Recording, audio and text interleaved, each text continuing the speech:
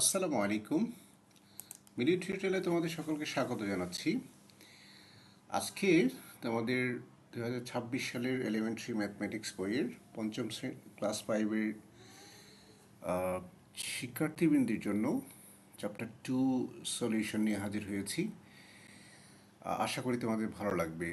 তোমরা এর আগে ক্লাস 4-এর যে ম্যাথগুলো করেছো, ক্লাস 5-এর ম্যাথগুলো একটু ডিফারেন্ট। সো চ্যাপ্টার টুর যে ম্যাথ যেগুলো আছে সেটা কিভাবে তোমরা ভালো মতো বুঝতে পারবে এবং কিভাবে ভালো মতো করবে সেটা আমরা আজকে ভিডিওতে বুঝিয়ে বলবো। যদি তোমাদের ভালো লাগে আমাদের সাথে থাকবে, সাবস্ক্রাইব করে লাইক দিবে, কমেন্ট করবে যদি তোমাদের কোনো জিজ্ঞাসা থাকে।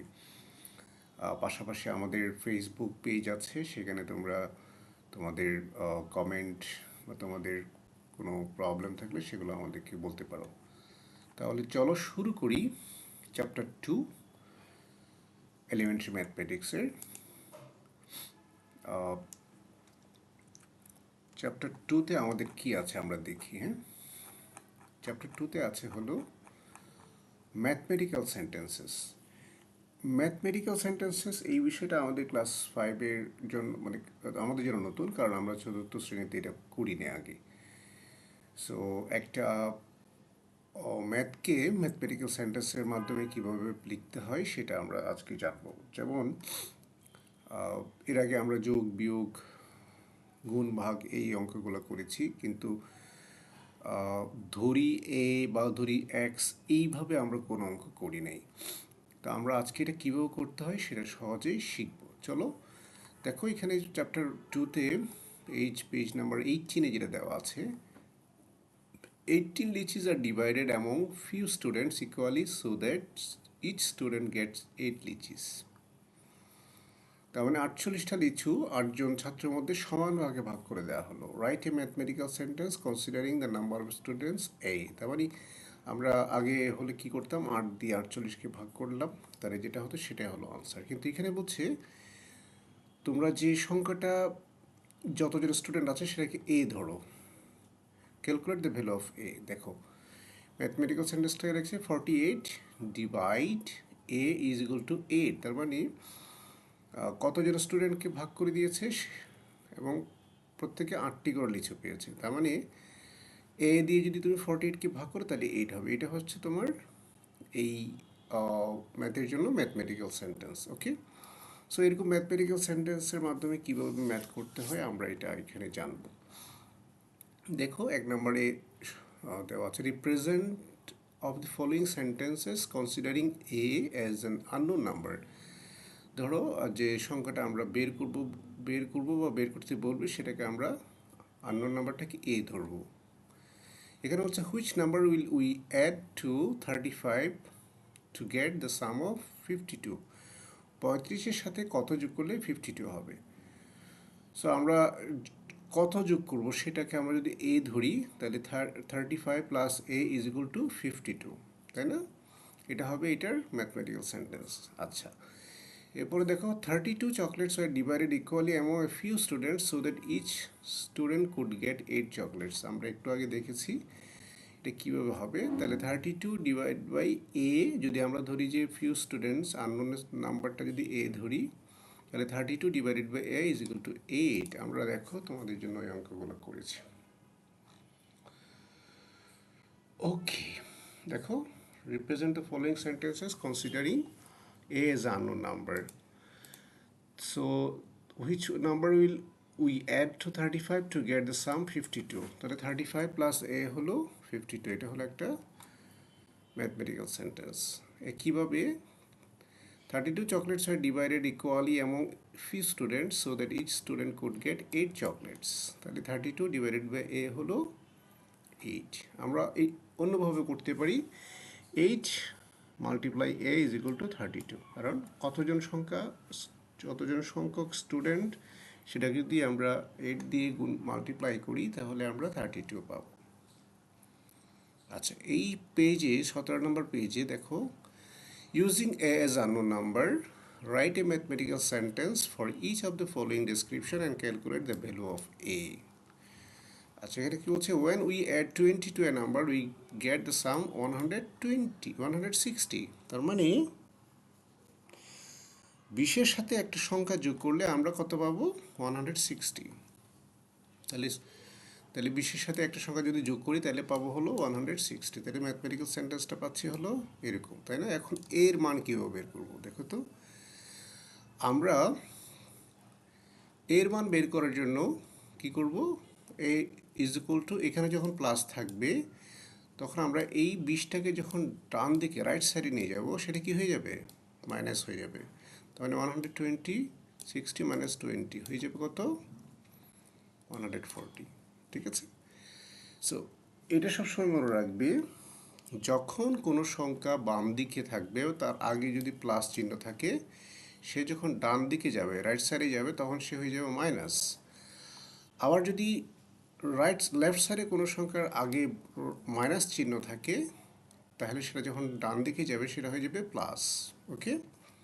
আচ্ছা, আবার যদি বাম দিকে কোনো সংখ্যার আগে ডিভাইড থাকে, ধরো এই যেমন এরকম যদি হয় এ ডিভাইড 20 ইজ ইকুয়াল টু 160, তাহলে এর ভ্যালু কত হবে?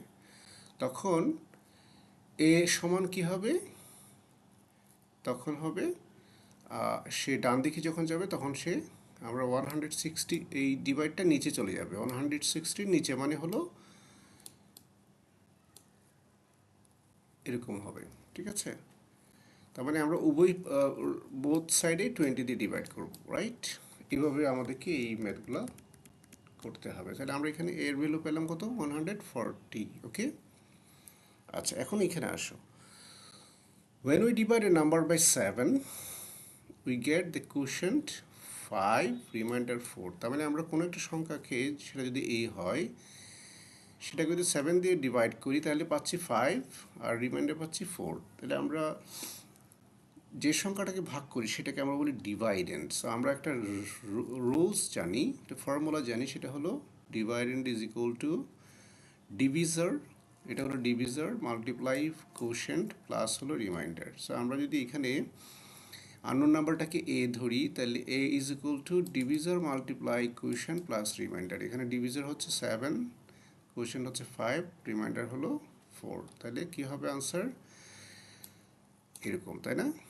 এ ইজ ইকুয়াল টু 39 হবে। ঠিক আছে? এটা সহজ একটা অঙ্ক। আচ্ছা, 18 নম্বর পেজে দেখো সেন্টেন্সের কয়েকটা ক্লাসিফিকেশন দিয়েছে। একটা হচ্ছে ওপেন সেন্টেন্স আর একটা হচ্ছে ক্লোজ সেন্টেন্স। ক্লোজ সেন্টেন্স কোনটা? এখানে দেখো, a mathematical sentence that cannot be determined to be true or false is called open sentence। মানে on the other hand, if the sentence can be determined to be true or false, it's a closed sentence। ধরো 6 multiply 4 is equal 24, এটা তো সঠিক, তাই না? It's true. তাহলে এটাকে আমরা বলতে পারি ট্রু সেন্টেন্স বা ক্লোজ সেন্টেন্স। সো ক্লোজ সেন্টেন্সকে আবার দুই ভাগে ভাগ করেছে, ট্রু সেন্টেন্স আর ফলস সেন্টেন্স। এগুলো তোমাদের লাগবে হলো কোথায়? Fill in the blanks or MCQ, এগুলোতে লাগবে। সো এটাও তোমাদেরকে জানতে হবে। আর ফলস সেন্টেন্স কোনটা দেখো, যে সেন্টেন্সটা false. For example 25 plus 4 is greater than 30, এটা কি সত্য? না। 29 ইজ অলওয়েজ লেস দেন 30, তাইলে এটা একটা ফলস সেন্টেন্স। তাহলে ট্রু সেন্টেন্স বা ফলস সেন্টেন্স যেটাকে আমরা বলতে পারছি সেটাকে বলছি ক্লোজড সেন্টেন্স। আবার যেমন এটাকে ধরো 9 plus A is equal two 21, আমরা কি এখানে এর ভ্যালু কত জানি? জানি না। So we can't say this is a true sentence আর ফলস সেন্টেন্স, এই জন্য এটাকে বলছে ওপেন সেন্টেন্স। সো আমরা এই চ্যাপ্টারে বেসিক্যালি এই ওপেন সেন্টেন্স নিয়ে কাজ করব বা আলোচনা করব। এরপরে দেখো, calculate the unknown values of open sentence below to make sentence true. আচ্ছা, number of sides of a quadrilateral is a. Quadrilateral মানে কি? যেটার 4টা সাইড থাকে। তাহলে এখানে এর ভ্যালু কত? এ ইজ ইকুয়াল টু 4, তাই না? তো এটা আমরা জানি যে এ ইজ ইকুয়াল টু 4, মানে কোয়াড্রিল্যাটারাল ভ্যালু সাইড হলো 4টা, তাইলে ফোর সাইডস অফ কোয়াড্রিল্যাটারাল যদি বলি ইট উইল বি ট্রু। ওকে, দেখো আমরা এই ম্যাথগুলো এখানে তোমাদের জন্য করেছি। 2 নম্বর বলছে I get a return of 85 টাকা from the shop after I have paid 500 টাকা ফর দ্য রাইস কস্টিং। তাইলে আমি একটা দোকানে কেনাকাটা করেছি, আমি 500 টাকা দেওয়ার পরে 85 টাকা ফেরত পেয়েছি। তাহলে আমি কত টাকা বাজার করেছি সেটা বের করতে হবে। তাহলে মানি পেইড হলো 500 টাকা, রিটার্ন হলো 85 টাকা। তাহলে কস্ট অফ রাইস হলো কত? তো এটা যদি এ হয়, so A is equal two 500 minus 85। তাহলে এখানে আমরা যে জিনিস কিনেছি সেটার দাম হলো 415 টাকা। So A is equal two 415 টাকা। এটা একটা ট্রু সেন্টেন্স, রাইট? ওকে, এরপর দেখো B number of pens are divided among 12 person while each person get 3 pen. তাহলে আমি যদি বি নাম্বার মানে যতগুলো মানে আমার কিছু কলম যদি 12 জনের মধ্যে ভাগ করে দিই তাহলে প্রত্যেকে 3টি করে কলম পাবে। তাহলে মোট কয়টা কলম ছিল আমার, কীভাবে বের করবো? টোটাল পেন্স যদি বি হয়, B is equal to 12 multiply 3। তাহলে কতগুলো কলম ছিল? 36 পেন ছিল। তাহলে এটা একটা ট্রু সেন্টেন্স। আচ্ছা, এখানে একটা 2 নম্বরে দেখো কিছু অঙ্ক দেওয়া আছে। Determine the value of C so that the sentence become true. আমাকে বলছে সির ভ্যালু বের করতে। এই সির ভ্যালু কীভাবে বের করবো? আমরা একটু আগে বলেছিলাম যদি লেফট সাইডে কোনো ভ্যালুর আগে প্লাস থাকে তাহলে সেটা যখন ডান দিকে চলে যাবে তখন কী হয়ে যাবে? মাইনাস হয়ে যাবে। তাহলে C is equal to 12 minus 19 minus 12, তার মানে হলো কত? 7, তাই না? এইভাবে আমরা করব। আচ্ছা, এখানে দেখো 48 minus C is equal to 33। তার মানে এখানে সি হলো কি? সাবট্রাহ্যান্ড। তা আমাদেরকে সাবট্রাহ্যান্ড বের করতে হবে, তাই না? তো সেটা কীভাবে বের করবো? সি আমরা যদি দেখো সিটাকে রাইট সাইডে নিয়ে যাই সেটা হয়ে যাবে প্লাস সি, তাই না? আর তখন 33কে আমরা লেফট সাইডে নিয়ে আসবো, তাহলে সেটা হয়ে যাবে -33। তাহলে 48 মাইনাস 33, তাহলে সি হবে 15। খুব সহজে আমরা এটা করতে পারবো। এরপরে আসো দেখো 8 মাল্টিপ্লাই সি মানে 8c, 8 multiply C equal to 32। তাহলে সি সমান কত হবে?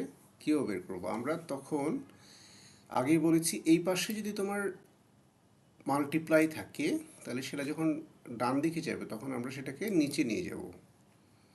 তার মানে বোথ সাইডে আমরা কি করব? বোথ সাইডে আমরা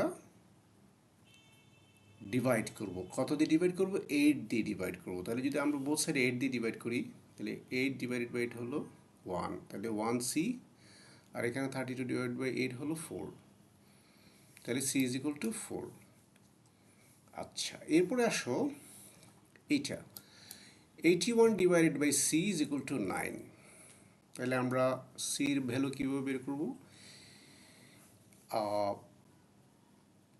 সির ভ্যালু আমরা তখন একইভাবে বোথ সাইডে যদি আমি 9 দিয়ে ডিভাইড করি, 9 দিয়ে দেখো বোথ সাইডে যদি 9 দিয়ে ডিভাইড করি তাহলে কি পাবো?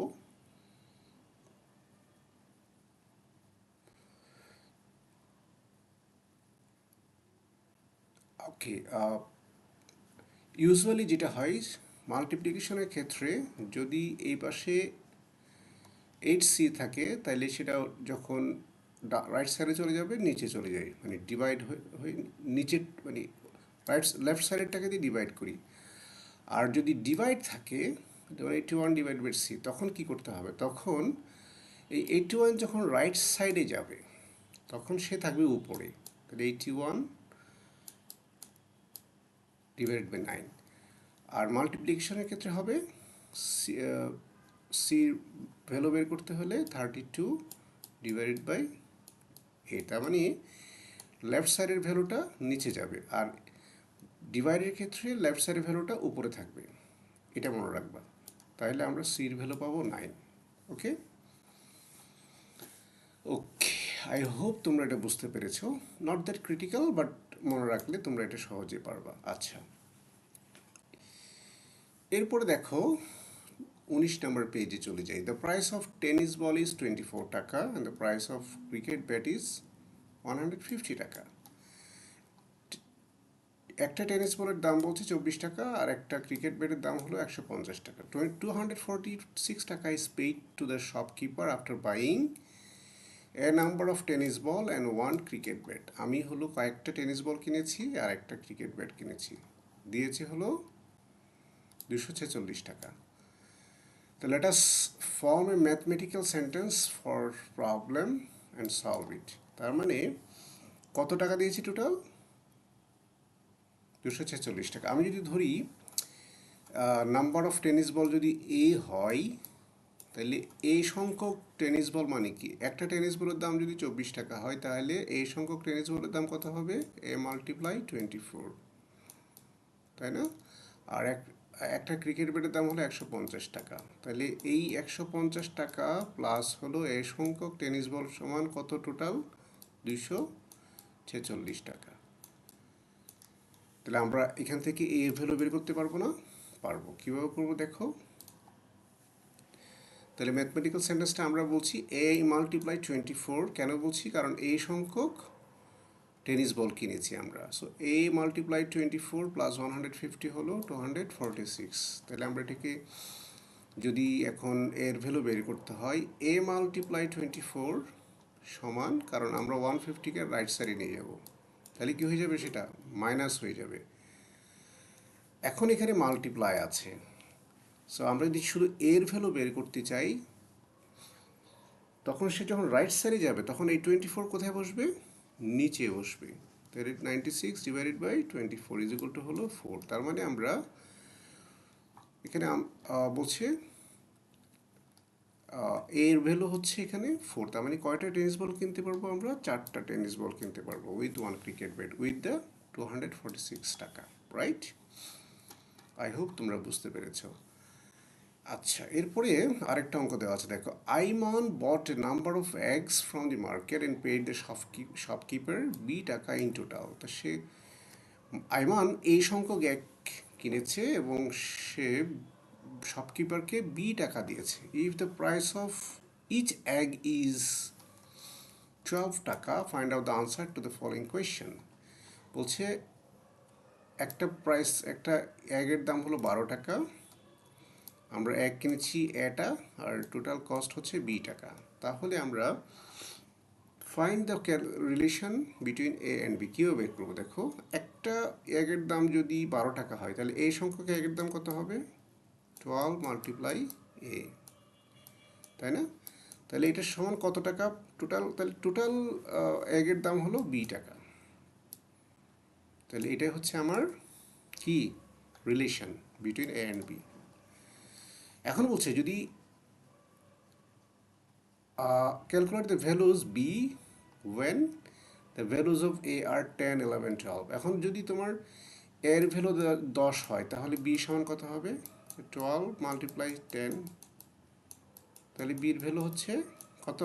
120, রাইট? এটা হচ্ছে আমার রিলেশন। 120 হলো যদি এর ভ্যালু 10 হয়, আর যদি 11 হয় তাহলে হবে b is equal to 12 multiply 11 is equal to 132 টাকা। আর when এর ভ্যালু ইজ 15, তাহলে b is equal to 180 টাকা। এটা হলো তোমার আনসার।